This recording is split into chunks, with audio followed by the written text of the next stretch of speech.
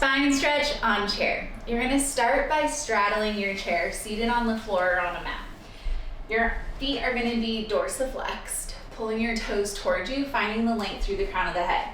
You can do one heavy spring or two light springs depending on your advancement. Two light springs actually will be heavier than one heavy spring. From here, you're gonna find length through the crown of the head.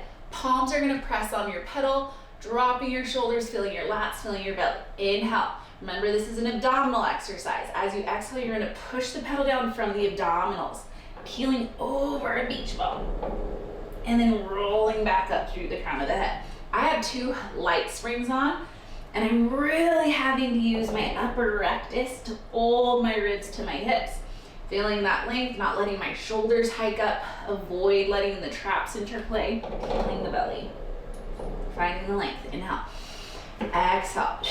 So if it's a new client, I would definitely take on one heavy spring, have their elbows splayed to help with that spinal articulation.